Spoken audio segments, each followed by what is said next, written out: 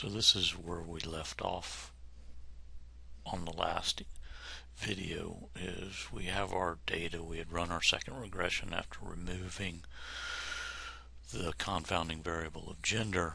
Now we need to write our equation and interpret it. Over here on the right hand side you see I've got a whiteboard set up, and I will continue from it over here. So our interpretation is that we have this equation that we can write that comes down from here. So I have y hat equals, that's the outcome. I want to be able to predict what's going on, and I have my intercept of 7.81,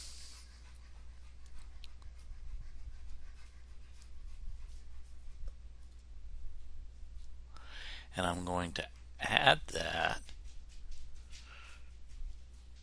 to the coefficient, and in this case our coefficient is this -2 down here. So we have -2.01.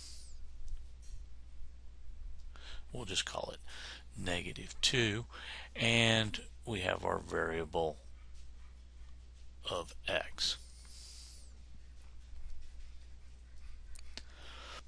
So our equation is y hat equals 7.81 plus -2x, or simply we can round this if we wanted to. We can write y hat equals -2x plus 8.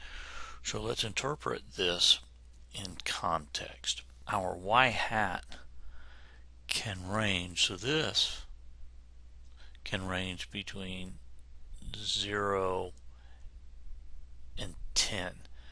So what this means is that those people who did not have the experiment, that is those who had the placebo, so when they had the placebo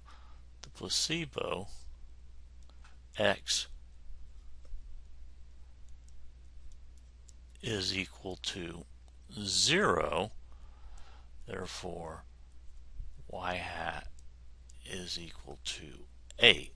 So those who had the placebo averaged, so the average of the placebo was equal to 8.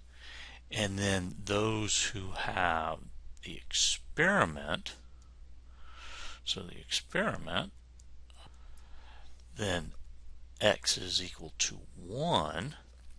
So that means that we had 2 times 1, -2 times 1 plus 8, and those in the experimental group had an average of 6. So not only did we have a statistically significant shown over here by our significance f, we had that statistically significant. We also had an incredible difference on a scale of 1 to 10. We moved 2 whole points downward based on receiving experimental drug.